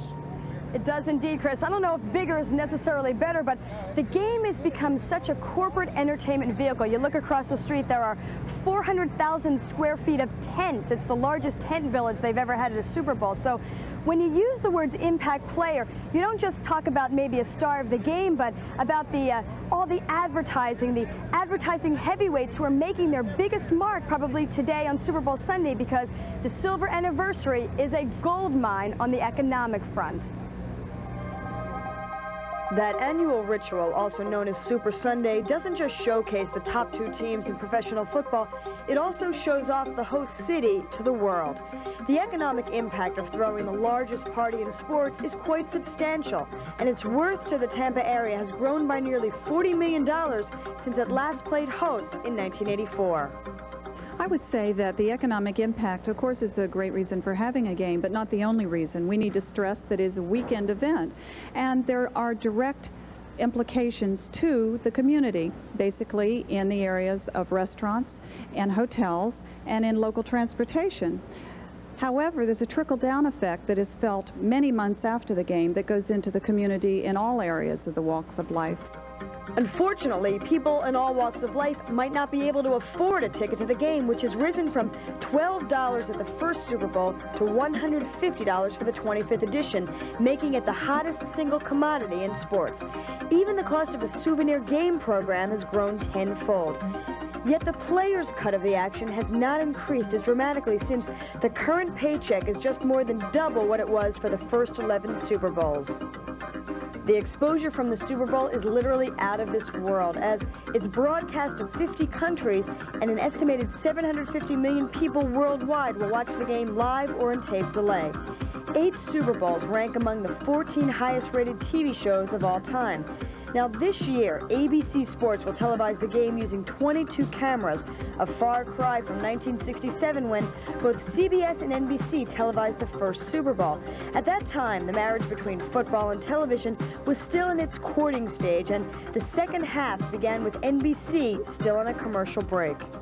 They kicked off, and since our Red Hat hadn't signaled we were back, they kicked off again, and NBC was okay.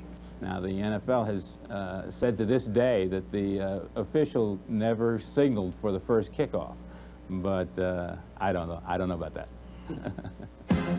The unshakable drawing power of the Super Bowl may be most evident in the soaring price of commercials. A 30-second spot that cost $40,000 in 1967 goes for $802,000 now, and ABC will bring in about $45 million in revenues from 28 minutes of network commercials. We've been talking off the field. Now let's turn one more time to an on-the-field matter, literally on the field. Between the halftime rehearsal on Friday and the Giants walkthrough that was here at Tampa Stadium on Saturday, the center of the field was completely torn up. So George Toma, the NFL head groundskeeper, and his staff worked overnight. They had to resod the center of the field. It had to be repainted twice. And Toma said that if it rains, which unfortunately remains a possibility, that field could get very slick. So Chris, it sort of conjures up memories of 2 years ago, Joe Robbie Stadium, when field conditions were not exactly ideal. All right, Andrew, we will see, but right now the sun peeking through, so maybe that 30% chance of rain will not happen. Thanks, and we'll see you on primetime tonight. We have more on this edition of Game Day, but first, if you're going to stick with us here at ESPN this afternoon following the conclusion of Game Day, there's more football coming your way. Here's what's on ESPN later today. Coming up after Game Day, ESPN continues to look back at past Super Bowls. At 1:30 at Super Bowl 21, the Giants and the Broncos. At 2 o'clock, the Broncos lose again at Super Bowl 22 to the Redskins. At 2:30, NFL Films presents Super Bowl 25 matchup. At 3 Eastern Time, it's Dream Bowl 2. The 78 Steelers beat the 89 49ers. Which quarterback with 4 Super Bowl rings, Terry Bradshaw or Joe Montana, will win Dream Bowl 2? At 4 o'clock, Super Bowl 23, the Niners against the Bengals. And at 4:30, Tommy, the Broncos lose again. Super Bowl 24 to the 49ers. Prime time tonight. Don't forget, an hour, 11 p.m. Eastern Time.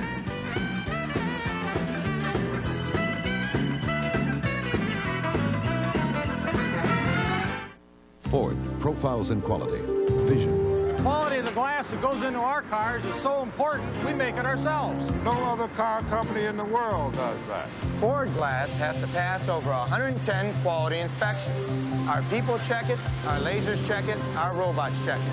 Our glass is so good, it not only goes into our cars, many other automakers put it in their cars. Our goal is to build the highest quality cars and trucks in the world. At Ford Motor Company, quality is job one. Why does a man have to do what a man has to do? 2, 3, 4. Try Bud Dry. Cold filtered for smooth draft taste. Dry brewed for no aftertaste. Refreshing proof that men still know what they're doing. Who guarantees overnight air delivery before 10:30 to more businesses than anyone else in the business? Who did you think? Welcome back to Game Day as it continues from Harbor Island here in Tampa as we sit on yet another dock on yet another bay. Had to get that in once. This is the Silver Anniversary Super Bowl, a game filled with lasting memories. One of the facts about our Dan Patrick that you may not know is that he once was a member of the band Jay and the Americans. Maybe that explains why he joins us now singing This Magic Moment. Dan? Thank you, Chris. I don't have my Jay and the Americans Rolodex out, so I can't come up with another song to answer you with.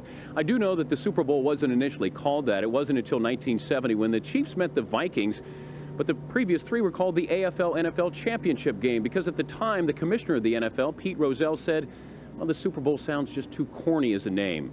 What it turned out to be was the precursor for America's love affair with big-time sporting events.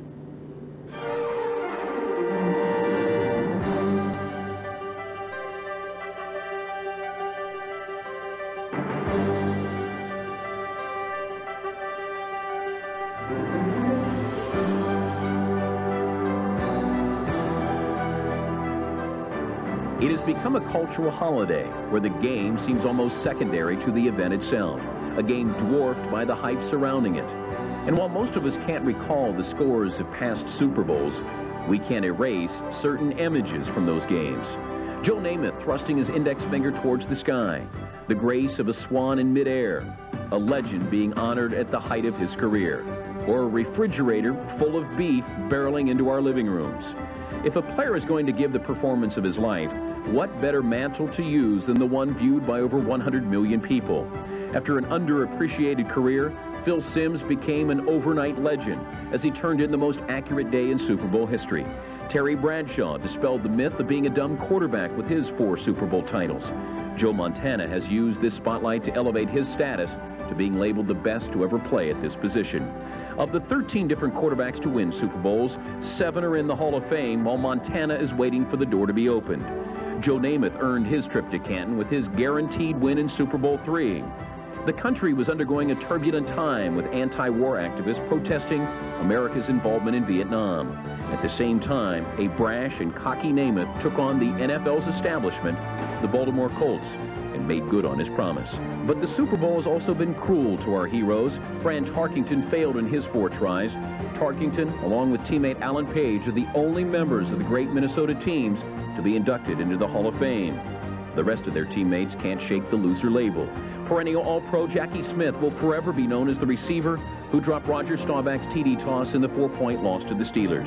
Dan Reeves has not only been on the losing end of Super Bowls as a coach, he also felt defeat as a player. He was unable to come up with this pass in the closing minutes of Super Bowl V. The interception led to Jim O'Brien's game-winning field goal. Entire cities have been shaken by the loser label. Second best is not good enough for Denver and Minneapolis. They've been a combined 0 for 8 in Super Bowls. And while these two have suffered the agony, Pittsburgh has enjoyed the ecstasy. The bad times and bad teams of previous years became a distant memory with their 4 Super Bowl titles.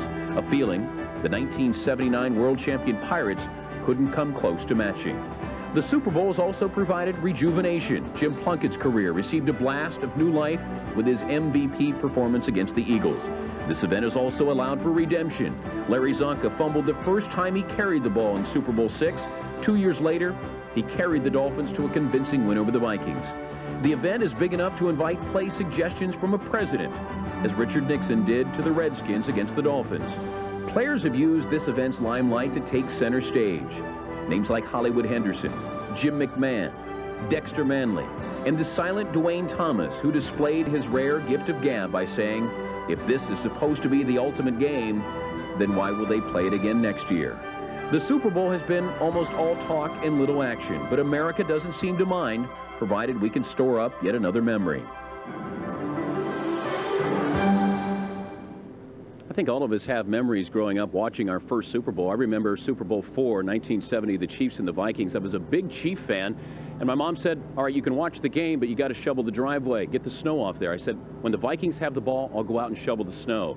Chiefs dominated that day, had the ball all afternoon long. I think there's still snow on that driveway. And Chris, can I sit on the set next year with you guys? I feel alone out here. Well, I have connections here, Dan. Thanks. We'll see what we can do. You know, I also remember that Super Bowl IV so clearly. Was that we were Jets season ticket holders. This is the last game of the AFL. And my brother, my younger brother Andy, we kind of like the Vikings a little bit, says, I think I'm going to root for the Vikings today. I gave a speech that was better than the Gettysburg Address to him. I said, you can't root against the AFL. There's no way you can do that. He said, you're right. Let's go, Chiefs.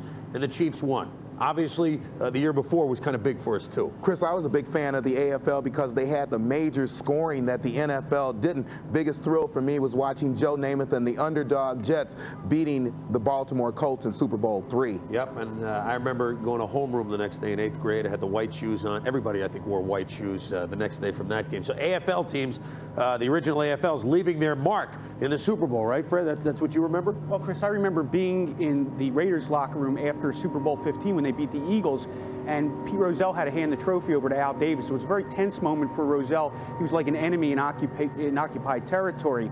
Well, as he was walking out, I was standing right behind him. Mickey Marvin, the Raiders guard, stopped him, tapped him on the shoulder. Their eyes met, and Marvin said, hey, Commissioner, not everybody here hates you. Yeah, he found one Fred there. Joe, you have a different memory. Yeah, I really do. In 1971, I was drafted by the Miami Dolphins. I chose to go to Toronto, play with the Toronto Argonauts, a Canadian Football League. 1972, Super Bowl VII, the Miami Dolphins and the Washington Redskins played in Pasadena, California. I'll never forget sitting in my living room watching that game thinking I could have been a part of that. Dripped with irony because you should have been a Dolphin. Later, you played on the Redskins that beat the Dolphins a decade later. So, the Super Bowl, we all remember, and everybody in America makes plans on where to go. We'll have that story. Joe and Tommy with the keys to the game in a moment.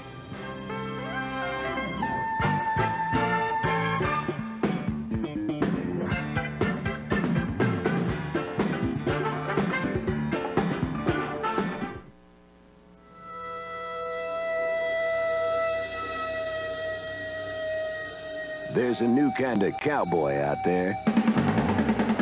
And that's why McDonald's is grilling up a whole new kind of steak, topped with onions, mushrooms, and a hearty steak sauce on a sourdough roll with a side of fries. And right now, it's a great McDonald's value you can't pass up. McDonald's new grilled steak sandwich. A new kind of steak for a new kind of cowboy. You know when it's right. You know when you feel it, baby. You hold it, you hear it, you taste it, it's right. You got the right one, baby. It's this irrepressibly lovable, unsurpassably quotable, and intimately soulful. You got the right one, baby. 1985, 86, 87, 88, 89. For 6 straight years, the full-size pickup from GMC Truck has retained more of its original value than any other in America. That's why sales of the Sierra are growing faster than any other full-size pickup. And we intend to keep it that way in 1991 with these new Sierras. And in 92, GMC Truck. It's not just a truck anymore. It's quality on the road. The HBO Comedy Hour brings you the different world of Sinbad, taped live at Morehouse College. You learn how to wash clothes different in college. At home, you have colors and delicates. College, dirty. This pile is dirty. This pile is funky. You cannot finish a shake from McDonald's. Gave you that little old straw to mess with you. You be sitting there and that big vein come out in your forehead. Sinbad, brain damage. This month on the HBO Comedy Hour. Back on Super Bowl game day here in Tampa, we've assembled a heck of a coaching staff here. Joe Theismann, offensive coordinator. Tom Jackson, defensive coordinator. Tell me about the ball game. Coordinator's gotten for a discount, as it were. Chris, I think in order for the Bills to win, you have 3 keys. First, they have to run Thurman Thomas, I think, and put the Giants back on their heels. Allow Jim Kelly to get into that passing game of his. Secondly, they have to stop the Giants' run game, not because of the yardage gain, but because of the time that they will use up on the clock. And once you put Hostetler into a passing mode, I think you have to figure out a way to contain him. Coach Jackson, I agree with you, particularly with your third choice of containing Hostetler. Jeff Hostetler is going to break, contain, scramble around like he did here against the 49ers and find Mark Bavaro. Now, here's a guy we haven't heard a lot about, but seems to come up with big play after big play. They're going to have to stop him from making his big ones. Of course, Kelly's completion percentage, he's definitely going to have to complete at least 65%, figuring the Giants will stop the running game, and they got to keep the turnovers down to a minimum, maybe 1 at best, because if the Buffalo Bills put the ball on the ground, the Giants are going to go out there for 6-7 minutes, and they'll never get out there to put any points on the board again. Now, Joe, for the Giants to win, I think you go just the opposite direction. First of all, you try to figure out a way to stop Thurman Thomas. I think if you can do that, you're going to put a lot of pressure on Kelly. Maybe you can blitz him a little bit. Secondly, you have to pressure Kelly. That means Eric Howard and Leonard Marshall have to get pressure in his face, get your hands in his face. Don't allow him to throw the short crossing patterns, and then control the football, because when you control the ball, you control the clock. Yeah, so defensive coordinator, that's 3. I got 3 more for you. Tackling is going to be very important. The Giants are going to allow the Bills to complete passes, but what they want to do is they don't want them running down the field. They'll let them catch 5 or 6 yard passes, and then they're going to smash them.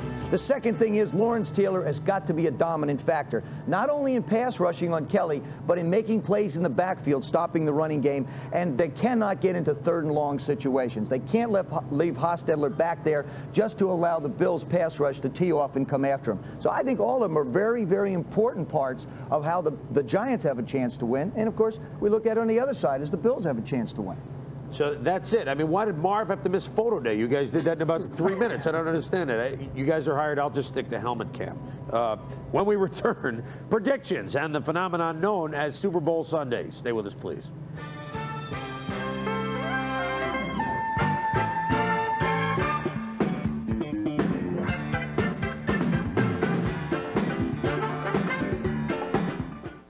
Went to the fight capital of the world and asked the fans, who's the greatest heavyweight ever? By far, it's Muhammad Ali. Ripping punches. Muhammad Ali. The challenger goes down again. Muhammad Ali. Who's the heavyweight champion of the world? Sports Illustrated presents Muhammad Ali, the video. See his pro debut, his fights with Liston, Foreman, Frazier, Spinks, and more. And the video is free with your paid subscription to SI. Get it and find out who the greatest of all time is. A short, choosing right to the jaw. Liston goes down.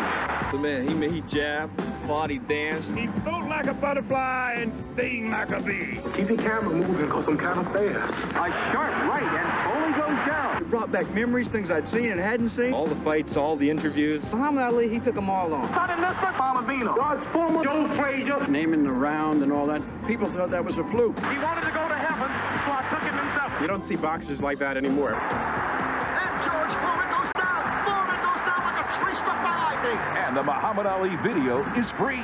That video's free? Can't be. How can it be free? It's free when you subscribe to Sports Illustrated. Save over 50% off the cover price.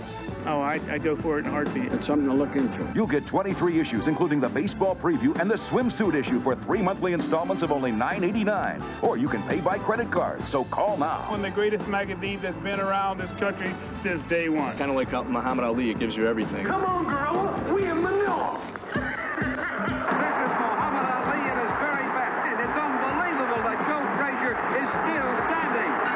You lived great memories of the greatest champion ever. To view the legend in the tape was fantastic. People who never had seen Ali would love this tape. Yes, I recommend it for anybody. You can't walk away from this tape without being a Muhammad Ali fan. I'm the king of the world. Hold it. I've heard it. Hold it. You're not that pretty. I'm a bad man. Call our toll-free number now and get knockout savings on Sports Illustrated and get the Muhammad Ali video free. I shook up the world. I shook up the world.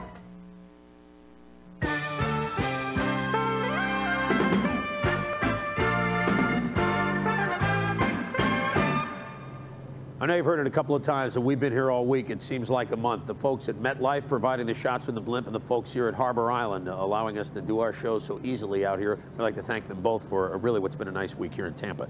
Today is the Super Bowl's 25th birthday, and just as we do in real life, we annually have a birthday party. Just as we do for Christmas, maybe New Year's Eve, and Thanksgiving, all of us have definite plans on Super Bowl Sunday. This year, of course, there is restraint because of the war going on in the Persian Gulf. Here in Tampa, as we showed you earlier, there's very tight security. The Commissioner's Party, the annual Big Bash here at Super Bowl week, that was canceled Friday night. Things were toned down a bit. But still later this afternoon and tonight, America will gather in front of its television sets to watch Super Bowl 25. Jimmy Roberts is in New York with more. Well, Chris, today here in New York, they estimate that some 11 million people should be watching the game between the Giants and the Bills. Nationwide, that number is something closer to 115 million people. Now, needless to say, that's a lot of people. Actually, it's most of this country, if you think about it, seated in front of their television sets, watching a football game.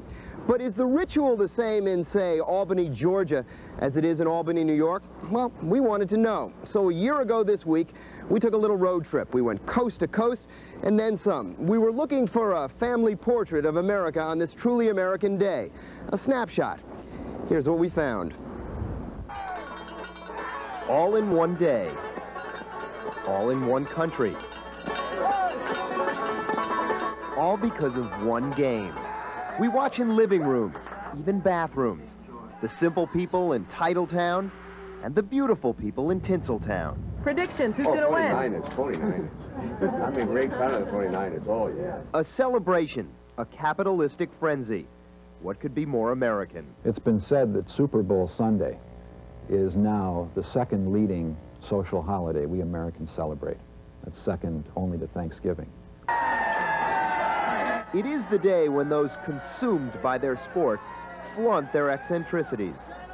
When my husband died, I had to send in a death certificate to get his tickets, to get his seats in Giant Stadium.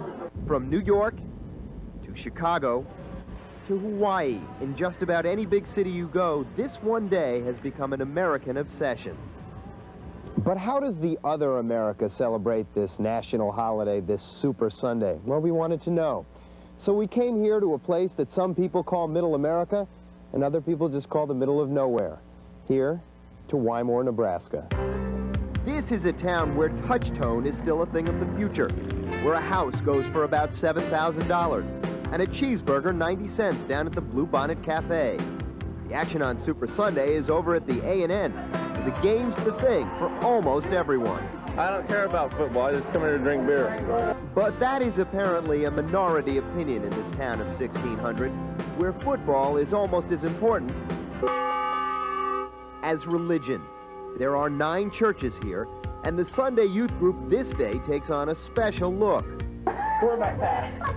Quarterback draw. Oh. They say that the best meal in town is down at the Legion Hall, where the dress code is strict, and the veterans love their football. Yeah, that's what we're doing tonight. Well, especially on a Sunday, there isn't anything else to do in a small town. Yeah. Watch football. And watch us watch them watching football. The 109-year-old Wymore Arbor State didn't send a reporter to the big game. Wymore and the Super Bowl just don't seem to combine for much news. Yeah, I think anyway, it's never been held here.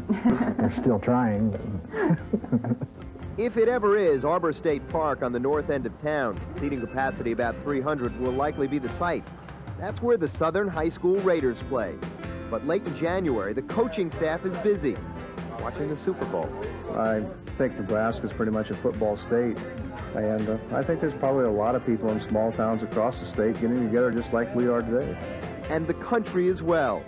You might not always agree with their perspective here in Wymore, but on this one day in America, it pretty much looks and tastes the same as everywhere else. From New York to Los Angeles, Hawaii to Green Bay, all in one country, all because of one game, all in one day. I'm Jimmy Roberts for NFL Game Day. All right, Jimmy, thank you. And for all you out there, really enjoy the Super Bowl Sunday. It's just for fun. That's what it's all about, wherever you may be. When we return, we'll give it up. It's time for some predictions. Stay with us, please.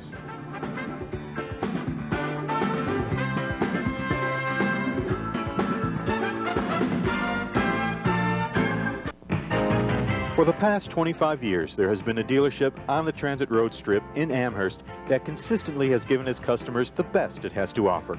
Transit Town Auto Mall. With quality service to assist your automotive needs to a super selection of automobiles, Transit Town has been there to satisfy you, the customer, for today and tomorrow. It's time for you to come out to see the fine collection of new and reconditioned automobiles at Transit Town Auto Mall, across from the Eastern Hills Mall, Amherst. Want a slice of pizza? Me too. Nothing's better than a fresh, hot Pizza Hut pizza, and nothing's worse than not having enough.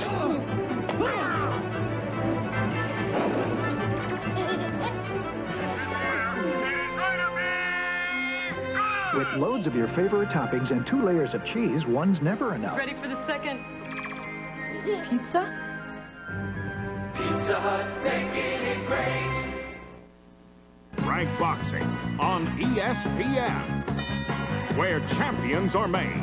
Grab a ringside seat for the greatest night of boxing this year, the night of the heavyweights. Francesco Damiani defends his world championship against merciless Ray Mercer, plus contenders Tommy Duke Morrison, James Quick Tillis, Bruce Seldon, and Jose Ribalta. A very special Top Rank Boxing Sunday night on ESPN.